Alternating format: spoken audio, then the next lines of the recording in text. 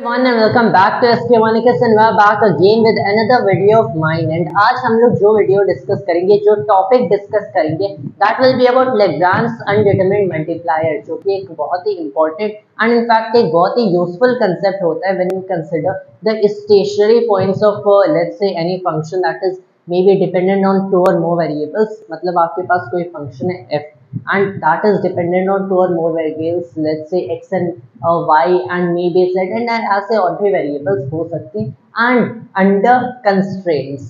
That's the key point here कि जब आपको stationary points इनकी calculate करनी होती है under constraints या फिर कोई constraint relation, कोई constraint equation, तब यहाँ पे Lagrange undetermined multipliers का मेथड सबसे ज़्यादा यूजफुल होता है. What is this method? यहाँ पे अगर देखो तो पहली चीज यहाँ पे कंस्ट्रेंट्स इंपॉर्टेंट है, वरना अगर कंस्ट्रेंट्स नहीं है, आपके पास एक स्ट्रेट अप फंक्शन है f as a function of x and y, तब आप सीधे इसका पार्शियल डेरिवेटिव इवैल्यूएट कर सकते हो with respect to x and y and उसके हिसाब से you can find your maxima and minima and maybe saddle points if that's the case. लेकिन जब आपके पास कंस्ट्रेंट्स होंगे तब एक डिफरेंट सिचुएशन आ जाता है. कंस्ट्रेंट के अंदर हम लोग कैसे इन इक्वेशंस को सॉल्व करते हैं, कैसे स्टेशनरी पॉइंट्स कैलकुलेट करते हैं. So let's say for instance you have something like this कि आप हिल्स पे चल रहे हो, you are walking along the hills and आप एक ही सर्टेन पाथ फॉलो कर रहे हो. जो आप पाथ फॉलो कर रहे हो, मैथमेटिक्स उस पाथ को भी एक इक्वेशन असाइन कर सकते हैं. तो let's say that path equation is your f as a function of x and y. अब ये f as a function of x and y exactly है क्या? तो जो आप हिल पे चल रहे हो, आपके x कोऑर्डिनेट मतलब हॉरिजॉन्टल एंड आपके y कोऑर्डिनेट वर्टिकल के बीच कोई सर्टेन रिलेशन होगा and that is f as a function of x and y. मतलब आपका हॉरिजॉन्टल एंड वर्टिकल के मोशन का एक रिलेशन है, कोऑर्डिनेट का एक रिलेशन है, तो that is your path equation. अब यहाँ पे आप जिस रास्ते से चल रहे हो, अगर आपको हिल के पीक पे पहुंचना है, if the peak of hill exist, if the peak of certain mountain there exist, तब ये डिपेंड करता है कि आप वहां पे पहुंच रहे हो या नहीं पहुंच रहे हो इस चीज पे कि वो पाथ आपको वहां ले जा रहा है या फिर नहीं ले जा रहा. क्योंकि आप तो एक ही path f as a function of x and y पे चल रहे हो. अगर f as a function of x and y आपको हिल की पीक पे ले जाता है तभी आप वहां पे जा सकते हो, वरना नहीं. If you are constrained to move along f as a function of x and y, अगर उसी पाथ पे कंस्ट्रेन्ड रहोगे, so that's the thing that's going on here. आप एक कंस्ट्रेंट है कि एक उसी सिंगल पाथ पे जा सकते हैं. अब उस पाथ के अलोंग आपके कई सारे मैक्सिमा एंड कई सारे मिनिमा आएंगे, कुछ सैडल पॉइंट्स आएंगे, लेकिन जो एक्चुअल पीक होगी एंटायर हिल की, ये आप वहां पहुंचोगे या फिर नहीं पहुंचोगे इस पे डिपेंड करते हैं कि आपका पाथ वहां पे आपको ले जा रहा है या फिर नहीं ले जा रहा है. So that's what's happening here. तो आपके पास कंस्ट्रेंट्स हैं, कुछ कंस्ट्रेंट रिलेशन है एंड उसको उसके हिसाब से ही हमें इन इक्वेशंस को सॉल्व करना है एंड हमें यहाँ पे मैक्सिमा एंड मिनिमा देखना है. क्योंकि एकदम मैक्सिमम वाली पीक तो माउंटेन्स की या फिर हिल्स की वहां पे एग्जिस्ट करती है, लेकिन अगर आपको इस पाथ ने उस पॉइंट पे ले ही नहीं गया तो ये आपकी at least in this particular case आपकी मैक्सिमा नहीं होगी. That is what you have to notice. तो हम लोगों ने एक फंक्शन ले लिया f as a function of x and y. The simplest situation, यहाँ पे दो वेरिएबल्स हैं एंड उसके साथ यहाँ पे आपका एक f as a function of x and y हो गया. आपका एक कंस्ट्रेंट रिलेशन है g as a function of x and y equals c where c is a constant. अब व्हाट इज दिस एग्जैक्टली? तो देखो, आप बेसिकली एक पाथ पे मूव कर रहे हो, आपके x and y coordinates in fact एक दूसरे से रिलेटेड हैं. कैसे रिलेटेड है? That is g as a function of x and y. Maybe हो सकता है this is x square plus y square equals c, maybe x square plus y cube और plus anything like that equals c. तो ऐसा हो सकता है, right? x and y के बीच एक सर्टेन रिलेशन है, उनका कोई अलजेब्रा करने के बाद you get a certain constant c. ये हमारा कंस्ट्रेंट हो गया. इनफैक्ट इस पर्टिकुलर केस में अगर आप देखो तो यहाँ पे कंस्ट्रेंट हमारा क्या है, वो सिंगल पाथ है. So it will be in fact g as a function of x and y equals c instead of f as a function of x and y because we are constrained to move along a certain path along the hills. तो यहाँ पे ये एक मेरे पास function है f as a function of x and y. दूसरा मेरे पास एक कंस्ट्रेंट है, this is basically a constraint कि मेरे पास है g as a function of x and y that equals a constant c. Alright, मुझे यहाँ पे इस पर्टिकुलर फंक्शन के स्टेशनरी पॉइंट्स को कैलकुलेट करना है. How do I do it? यहाँ पे मैं क्या करता हूँ कि अगर स्टेशनरी पॉइंट कैलकुलेट करना है, लेट्स से मैक्सिमा या फिर मिनिमा, उस केस में एक small differential change in the function f at that point कैसे लिखेंगे? This will be partial derivative with respect to x times dx plus the partial derivative of f with respect to y times dy equals what? Equals 0। तो maximise और minimise f, आपको clearly पता है stationery points पे या तो इसकी peak value होगी मैक्सिमम वैल्यू, या फिर लीस्ट वैल्यू होगी minimum value at minimum. In fact if you are comparing peak and the least values to the nearby region, ऐसा नहीं कि कंप्लीटली पीक वैल्यू इससे हाई या फंक्शन जा नहीं सकता, compare to the nearby region. तो ये आपका क्या हो गया? ये आपका क्लियरली 0 होगा, क्योंकि पीक वैल्यू पे देखोगे एक small infinitesimal change in x as dx and in infinitesimal change in y as dy आपको क्या देगा? Overall no change in the function f, अगर ये हमारा स्टेशनरी पॉइंट पे है। ऑलराइट, ये हमारे df कुछ ऐसे रिप्रेजेंट किए, ये आपका 0 हो गया। सिंस आपका g as a function of x and y constant c है, तो मैंने dg को लिखा and it is also a function of x and y, मैंने dg को लिखा partial derivative of g with respect to x times dx plus partial y derivative of g times dy। ये भी 0 होगा क्योंकि ये कांस्टेंट है, इसमें अपने x एंड y में इनफाइनेटेसिमल चेंजेस किए, तो जो भी आपका इक्वेशन होगा उसमें इनफाइनेटेसिमल चेंज कर सकते हो, लेकिन इन दी एंड आपका ये रिजल्ट कांस्टेंट ही मिलेगा। मतलब इनफाइनेटेसिमल चेंज के बाद ये डिफरेंस कितना आया? 0 आया। ऑलराइट, अब इसमें हम लोग क्या करते हैं कि एक आपने मल्टीप्लायर का यूज किया, dg कुछ ऐसा है, तो इसमें मैंने एक टर्म मल्टीप्लाई किया लैम्डा। तो मल्टीप्लाई करने के बाद भी अगर आपका dg 0 है तो आपका लैम्डा जी dg भी 0 है, that is something we all know. लेकिन the key point here is कि जब मैंने एक मल्टीप्लायर का यूज किया, इसमें एक नंबर मल्टीप्लाई किया लैम्डा dg, फिर ये हो गया लैम्डा dg जो कि मेरा अभी भी 0 है। अब मैंने df एंड लैम्डा dg को ऐड किया, so it becomes the infinitesimal change in f plus lambda g. ये किसके इक्वल होगा? This is the partial f x derivative of f times plus में हो गया आपका lambda partial x derivative of g times में dx plus partial y derivative of f plus lambda partial y derivative of g times dy। ये पूरा term किसके equal हुआ? 0, क्योंकि by an infinitesimal change in x and y आपका जो change in f है ये क्या है? 0 है। Change in lambda times g क्या है? ये भी 0 है। तो क्लियरली इन दोनों के सम का भी इनफाइनेटेसिमल चेंज क्या होगा? वो 0 होगा। ऑलराइट, अब यहाँ पे if you are getting this certain equation, यहाँ पे x एंड जो dx एंड dy है they are in fact independent and arbitrary. तो in that particular case you might treat it such as this कि ये जो आपका पर्टिकुलर चीज होगा एंड ये जो चीज होगी यहाँ पे, ये दोनों इंडिपेंडेंटली आपके 0 होंगे। मतलब आपने लिख दिया कि df over dx partial plus में lambda partial x derivative of g क्या है? 0 है। Then you have partial y derivative of f plus lambda partial y derivative of g क्या है? ये भी आपका 0 है। ये दोनों आपको दो इक्वेशंस मिले। उसके अलावा आपके पास एक और इक्वेशन है कि g as a function of x and y आपका c है। ये तीनों इक्वेशंस आपको 3 इक्वेशंस मिले। Now using these 3 equations you can in fact solve this expression। आपको x and y at stationary points, let's call them x naught and y naught के values मिल जाएगी। Lambda जो आपका एक मल्टीप्लायर हम लोगों ने यूज किया ये भी मिल जाएगा।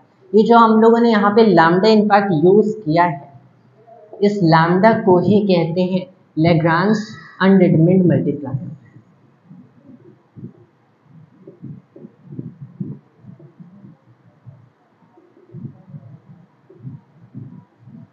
अब ये जो हमारे लैग्रांज अनडिटरमिन्ड मल्टीप्लायर है, just this lambda term that we introduced here, and in fact इससे ये क्वेश्चंस हमारे वो अंडर कंस्ट्रेंट्स आपके स्टेशनरी पॉइंट्स निकल भी जाते हैं। Let's take up this question over here, जो कि काफी अच्छा क्वेश्चन है कि t as a function of x and y, आपके पास एक यूनिट सर्कल है, उसके पॉइंट्स हैं, उसके कोऑर्डिनेट्स हैं x एंड y, वहां पे temperature as a function of the coordinates is given as 1 plus xy, and remember you have a unit circle over here, unit circle है, ठीक है।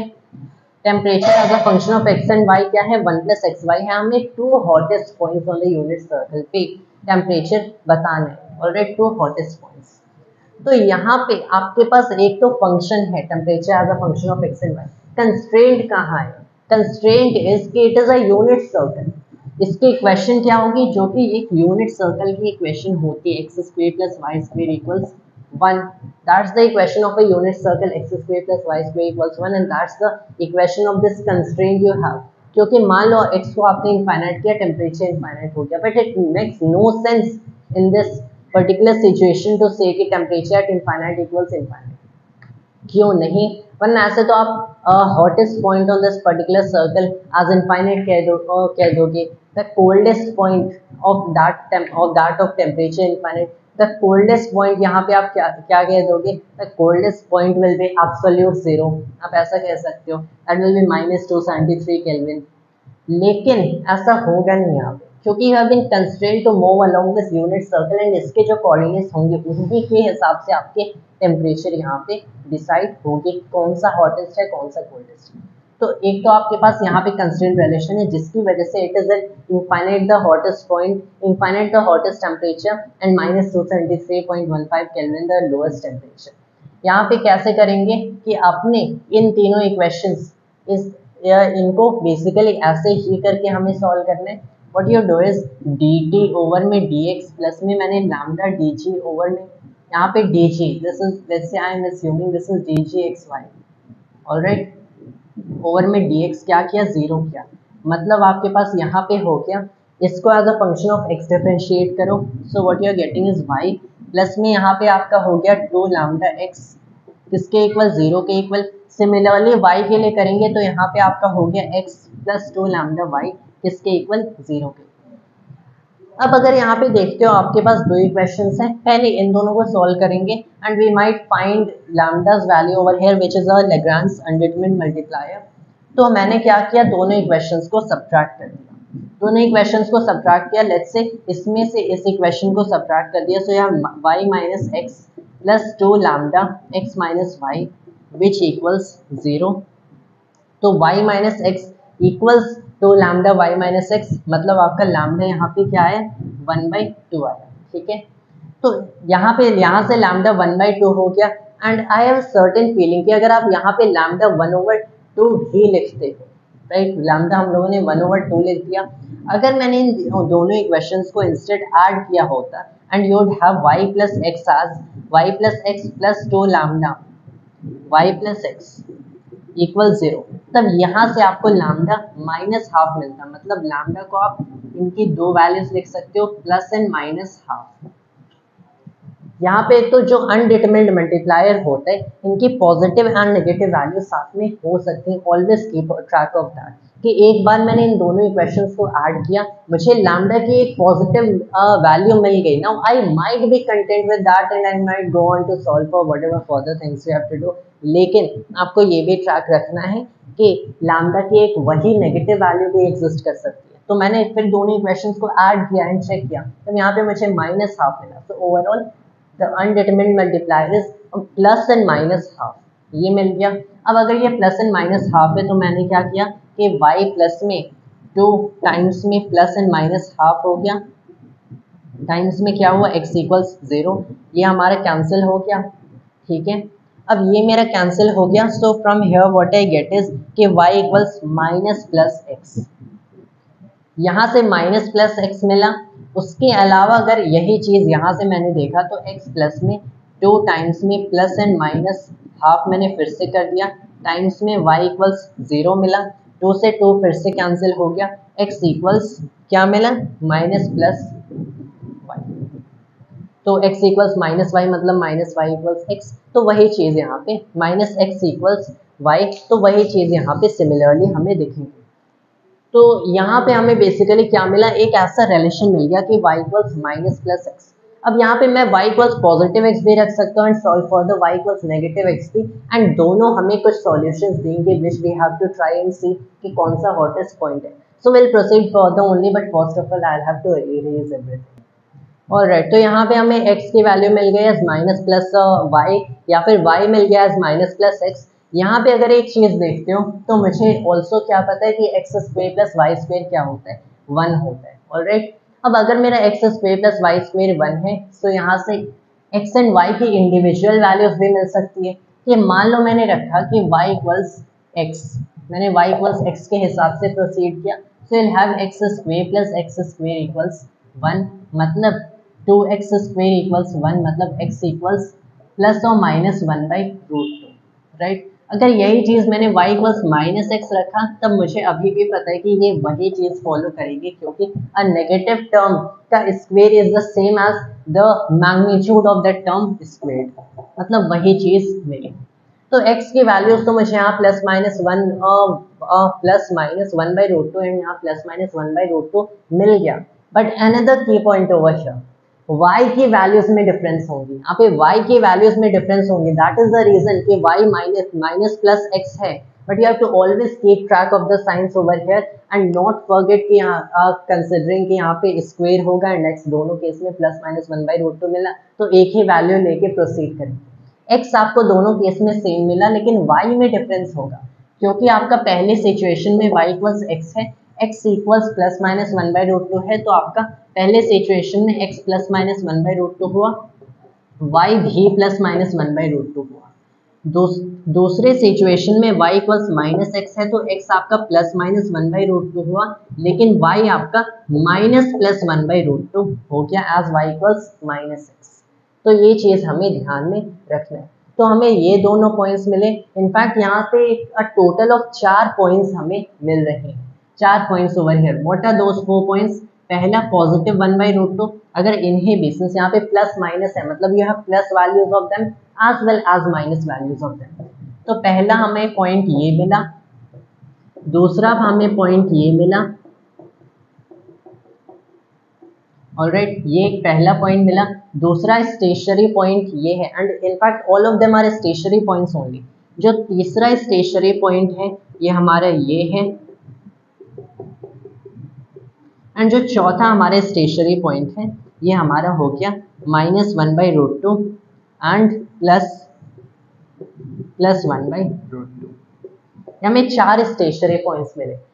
सिंस क्वेश्चन था कि ये जो क्वेश्चन था कि हमें hottest point, 2 hottest points on the circle के जो वहाँ पे जो टेम्परेचर है वो बताना है, तो बेसिकली हमें क्या अब करना पड़ेगा कि चारों स्टेशनरी पॉइंट्स हैं। स्टेशनरी पॉइंट्स के कुछ ऐसे सिचुएशंस होते हैं, यहाँ पे एक तो आपको मैक्सिमम मिल सकता है, एक आपको मिनिमम मिल सकता है, एक आपको सैडल पॉइंट्स भी मिल सकते हैं, या फिर इंस्पेक्शन पॉइंट्स। तो let's consider particularly maxima and minima in this case. अगर सिर्फ मैक्सिमा एंड मिनिमा भी हो तो इसमें से हो सकता है कि चारों में से ऐसा हो सकता है कि कोई भी आपने उठाया कि माइनस 1/√2 मे बी ये मैक्सिमम, ये हॉटेस्ट पॉइंट नहीं बल्कि कोल्डेस्ट पॉइंट हो। तो इनमें से चारों कोई भी हॉटेस्ट पॉइंट हो सकता है, कोई भी कोल्डेस्ट पॉइंट। अब since question itself was, since I haven't in fact built this question right now right here, so I know कि question itself was कि 2 hottest points on this unit circle, मतलब इनमें से 2 hottest points होंगे, बाकी 2 coldest points होंगे। That's the thing to look for here। 2 hottest points क्या हो सकते हैं, हम लोग guess करने की कोशिश करते हैं, क्योंकि ऐसा पूरी मैथ तो करेंगे नहीं। अगर हमारे temperature as a function of x and y 1 + xy है, तो लेट्स से अगर एक पॉजिटिव नंबर एक नेगेटिव नंबर मल्टीप्लाई करते हैं, सो it will give you a negative value, जो कि हमारी 1 से तब नेगेटिव वैल्यू ऐड होगी, एक लोअर वैल्यू देगा। एज फॉर हॉटेस्ट हमें देना है इसकी हाईएस्ट पीक वैल्यू देना है। So what we can look from over here just by inspection, यहाँ पे अपनी इंस्पेक्शन यूज करेंगे कि या तो आपके दोनों नेगेटिव हों या फिर आपके दोनों पॉजिटिव हों। दोनों पॉजिटिव होंगे तब इनका रिजल्ट पॉजिटिव होगा, 1 से ऐड होगा। दोनों नेगेटिव होंगे, रिजल्ट हमारा फिर भी पॉजिटिव होगा, 1 से ऐड होगा। तो इंस्पेक्शन का हम लोगों ने यूज किया, तो इनमें से वही सिचुएशन यूज करेंगे जहाँ पे दोनों पॉजिटिव हैं एंड दोनों नेगेटिव हैं। एक पॉजिटिव एक नेगेटिव, एक नेगेटिव एक पॉजिटिव नहीं यूज करेंगे, because we don't want to get into very much mathematics.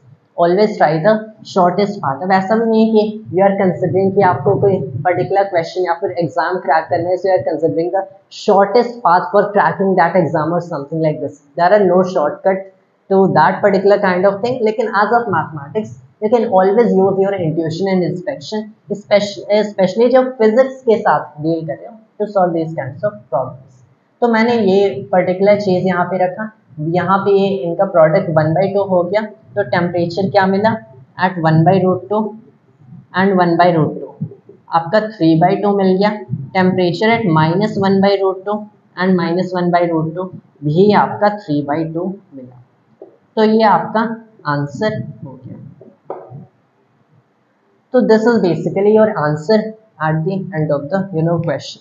3/2 आपका the temperature of two hottest points on the circle है, 1/√2 पे एंड -1/√2 पे, दोनों के आपके equal temperatures in the end मिल गए। तो ऐसे हम लोगों ने कुछ लैग्रांज अनडिटरमिनेट मल्टीप्लाई का कंसेप्ट यूज किया and always remember it had in fact two values. एक बार मैंने इक्वेशन को ऐड किया तब मुझे क्या मिला, इक्वेशन को ऐड करने पे एक नेगेटिव वैल्यू मिल गई, सब्ट्रैक्ट करने के पे एक positive value. So it can have multiple values at once, always keep track of that and don't lose track of the signs over here, क्योंकि यहाँ पे स्क्वायर हो गया तो आपका x दोनों में सेम मिला, हम लोग x से ही प्रोसीड करेंगे, दैट्स नॉट द केस, क्योंकि y तो एक जगह x है लेकिन दूसरी जगह -x है, तो y के साइंस चेंज हो सकते हैं, remember that. That was the concept of Lagrange undetermined multiplier, जो कि बहुत ही यूजफुल हो सकता है when studying constraint relations, especially in Lagrangian mechanics. And that was all for today's video of mine, and thanks to all of us.